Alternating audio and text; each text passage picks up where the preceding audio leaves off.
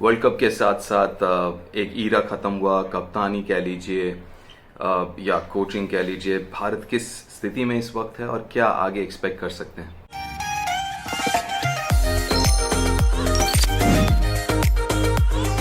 Hello and welcome to Deep Point. जी, world cup तो काफ़ी डिसअपॉइंटिंग रहा। Obviously India were one of the favourites at least semifinals पहुंचने के लिए, क्वालिफाई करने के लिए, लेकिन वैसा नहीं हुआ।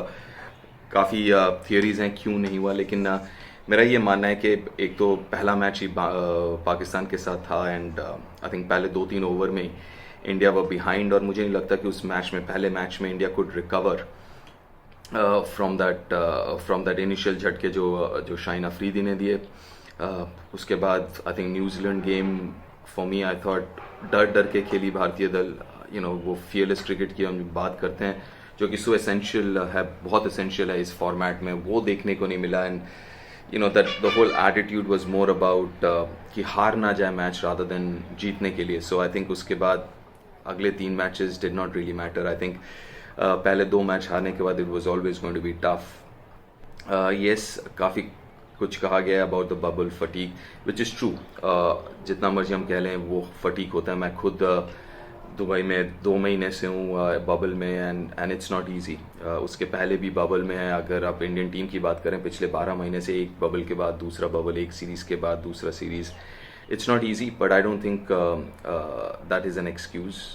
आई स्टिल थिंक कि India should have done better, but that's besides the point. अब जो हो गया सो हो गया। I think the silver lining जो निकला है वो आखिरी 3 मैच में जो एटीट्यूड रहा है भारतीय दल का, चाहे वो रोहित और खेल शुरुआत में जैसे खेल रहे हों, या जडेजा की बॉलिंग पहले भी कर रहे थे, लेकिन लास्ट 2-3 मैच में बॉलिंग में भी he was looking to pick wickets, ना कि डिफेंसिव की रन रोकना, ऐसा एटीट्यूड नहीं था।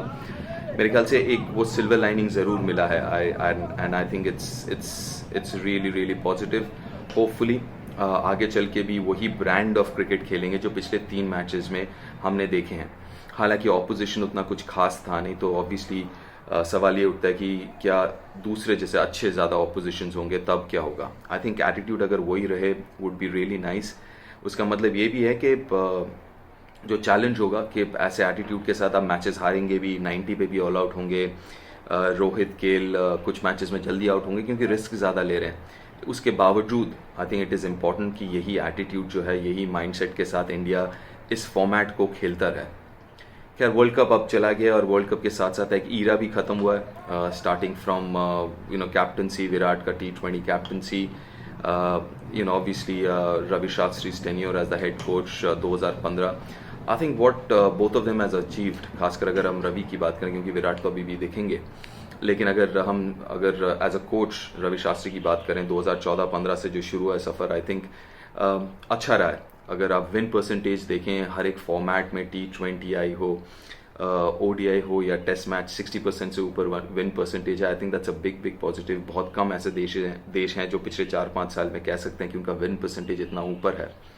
और एक जो बहुत बड़ा चीज़ जो मुझे लगता है कि एक टेन्योर को डिफाइन करती है, वो है कहाँ पे पकड़ा था टीम को और कहाँ पे छोड़ के जा रहे हैं। और अगर आप देखेंगे 2014-15 के वक्त ऑस्ट्रेलिया के साथ हम हारे, इंग्लैंड के साथ हारे हैं, और वहीं अगर आज हम देखें 2021 में खड़े होके, तो 2 back to back series Australia में जाके ऑस्ट्रेलिया को हराना, इंग्लैंड में 2-1 की बढ़ोतरी है इस वक्त सीरीज़ में, एक और टेस्ट बचा है। बट आई थिंक जो क्वालिटी ऑफ क्रिकेट है वो बहुत इंप्रूव हुआ है पिछले 4-5 साल में, इसमें कोई दो राय नहीं है। और परफॉर्मेंसेस भी अगर हम देखें तो काफ़ी अच्छा रहा है। और टीम इस वक्त अगर हम बात करें, is in a better state than what it was in 2014-15। I think that kind of defiance for me जो काम करके जा रहे हैं रवि, और जहाँ पे टीम को छोड़ के जा रहे हैं रवि शास्त्री।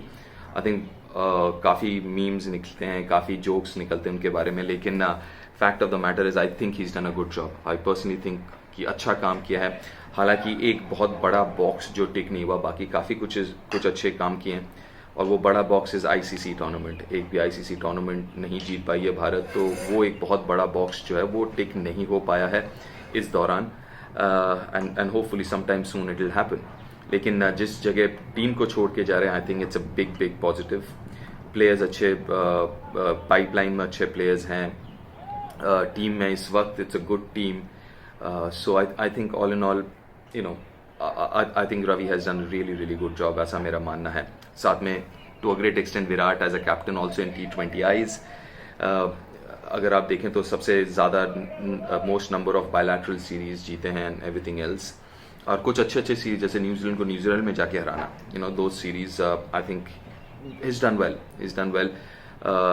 बट अब आगे बढ़ते हैं. आगे मतलब नया कप्तान मोस्ट प्रॉब्ली रोहित शर्मा होने भी चाहिए. दूसरे कप्तान हैं, ऐसी बात नहीं है, दूसरे भी राहुल हो सकते हैं, या उससे भी यंगर लॉट अगर आप देखें तो ऋषभ पंत, ऐसे भी कैंडिडेट्स हैं. एक और बहुत बड़ा कैंडिडेट मेरे हिसाब से कप्तानी के लिए is Jasprit Bumrah. I think he has that knack leadership का, लेकिन ऑब्वियसली हिज फिटनेस और वर्कलोड मैनेजमेंट वगैरह would make him not available for a lot of these series. तो आई डोंट नो क्या होगा, बट ऑब्वियसली आई थिंक सबसे आगे रोहित, इसमें कोई दो राय नहीं है. And I think it should go to him the captaincy. और मेरा ये भी मानना है, जब मैं पहले भी कह चुका हूँ कि I think white ball red ball दो अलग अलग कप्तान होने चाहिए. और मेरा ये मानना है कि वाइट बॉल बोले तो ODI and T20. Then comes coaching, start of a new era. Rahul Dravid, obviously it's a brilliant move. और इसलिए मैं ब्रिलियंट कह रहा हूँ, इसलिए नहीं कह रहा हूँ क्योंकि he is a legend as far as a cricketer is concern. Cricketer तो है ही लेजेंडरी, लेकिन जो हम पाइपलाइन की बात कर रहे हैं, इनमें राहुल द्रविड़ का बहुत बड़ा हाथ रहा है. क्योंकि पिछले 3-4 सालों से जो पाइपलाइन की तैयारी हम बात करते हैं, जो पाइपलाइन की हम बात करते हैं, उसको तैयार किया है राहुल और राहुल के टीम ने. सो अब इट इज़ ओनली नेचुरल कि जो काम उन्होंने अंडर 19 इंडिया के साथ किया और इंडिया ए के साथ किया है, वही प्लेयर्स, क्योंकि अब इंडियन टीम में काफ़ी सारे हैं, ही टेक्स इट फॉरवर्ड. और मेरा ये मानना है कि it's a very very good choice. अब देखना ही है कि राहुल द्रविड़ के साथ जो टीम उनके साथ था अंडर 19 और ए में, क्या वही टीम इंडियन टीम के साथ भी है. और मेरा मानना है कि होना चाहिए. Paras Mhambrey, Abhay Sharma, I think these people जो उनके साथ थे अब तक इस जर्नी में, दे शुड कंटिन्यू उनके साथ इंडियन टीम के साथ भी. Paras Mhambrey bowling coach, Abhay Sharma fielding, obviously Rahul at the top. So exciting times, क्योंकि टीम एक अच्छे जगह पे है. And I think it is time Rahul के पास वो टीम है, can take it forward, take it to the next level. So I think it's a really good choice. और ये एक चीज़ जो है वो I think India is in a good position, क्योंकि अब और 11 महीने बचे हैं वर्ल्ड कप के लिए, अगले T20 आए वर्ल्ड कप के लिए. एंड आई थिंक जो एटीट्यूड दिखाया है भारतीय दल ने पिछले 3 मैचेस में, if they continue and Rahul being there, I think it makes more sense, makes a lot of sense. साथ में रोहित भी as a captain, I think he's proven himself as a captain. जब भी इंडिया को lead किया उन्होंने, India has done well. Obviously as captain of Mumbai Indians, he's done phenomenally well. तो I think yes, disappointing ज़रूर रहा ये पिछला 1 महीना और 3 हफ्ते whatever.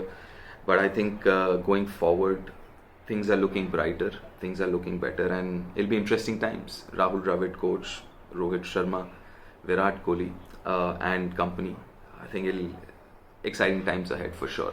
लास्ट जो वीडियो रिकॉर्ड किया था उसके बाद एक और घटना घटी है, तो मैंने कहा कि let's talk about that as well. और वो ये कि न्यूजीलैंड के खिलाफ जो T20 आई सीरीज है उसका टीम अनाउंस हो गया है. 17, 19 और 21 को खेला जाएगा, जयपुर, कोलकाता, रांची. और वहाँ पे टीम थोड़ा सा अलग है. और as we all expected, Rohit Sharma captain, Virat नहीं खेलेंगे, राहुल वाइस कप्तान हैं, विराट, हार्दिक, शमी, वरुण चक्रवर्ती, चाहर, जडेजा, शार्दुल नहीं खेल रहे हैं. जहाँ पे ऑब्वियसली विराट को रेस्ट दिया गया है, हार्दिक को रेस्ट दिया गया है, शामी को, जडेजा को भी रेस्ट दिया गया है. कुछ ऐसे लोग हैं जो काफ़ी दिन से खेल रहे हैं. और कहीं ना कहीं मुझे लगता है कि ये लॉट T20 आई में रेस्ट ले रहे हैं, फिर एक लॉट टेस्ट मैचेस में भी रेस्ट लेंगे. सो आई थिंक बहुत ज़रूरी है इस वक्त, जिस तरीके से एक के बाद एक सीरीज़ है, कि जो आपके मेन प्लेयर्स हैं उनको रेस्ट दिया जाए. इसमें बुमराह भी नहीं है, विच इज़ अगेन उनको भी रेस्ट दिया गया है, which is again a good sign. जहाँ तक मेरा ख्याल है टेस्ट सीरीज़ में हो सकता है कि रोहित रेस्ट ले ले और विराट आ जाए. सो आई थिंक थोड़ा सा ऐसा अगले 6-8 महीने हमें ऐसे ही कुछ देखने को मिल सकता है. एनीवेज, जो बड़ी खबर वो यही है कि Rohit as expected is gonna be the captain, Rahul vice captain. Ruturaj वापस आए हैं. वेंकटेश अय्यर वापस आए. बेसिकली जितने भी आईपीएल के परफॉर्मर्स रहे हैं, आउट एंड आउट परफॉर्मर्स, उनको मौका मिला and which is very good. कुछ चीज़ें ऐसे हैं जो कि नहीं होनी चाहिए थी, हुई हैं. I think some of those wrongs have been corrected, जिनमें से एक मे बी समवन लाइक अक्सर, जो कि टीम में थे फिर बाहर चले गए थे, अब वापस आ गए हैं. Shreyas Iyer is also there. Yuzi Chahal is back. Avesh Khan is back. Harshal is there. So जितने भी आउट एंड आउट परफॉर्मर्स थे, टॉप परफॉर्मर्स थे, लगभग सभी को जगह मिली है इस T20I में. और वहाँ पे भुवनेश्वर कुमार भी है, और मैं जब नाम पढ़ रहा था and I saw his name, I think ये एक बहुत बड़ा सीरीज होने वाला है. Kind of future defining series शायद भुवनेश्वर के लिए हो, क्योंकि पीछे से हर्षल, आवेश, अर्शदीप जो नहीं है, I am sure he is also big performer. These guys are pushing their case. और एक important cheese, Venkatesh Iyer is there and it is brilliant to see him there. Again a seam bowling all-rounder. क्या वो काम कर सकते हैं at the international level? Can he give you 2-3 over every match? 4 over ज़रूरी नहीं है. Can he come in as a 6th bowling option? That'll be very very interesting to see. Well, yeah, सोचा मैंने कि जब टीम अनाउंस हुआ है तो उसके बारे में बात कर लें.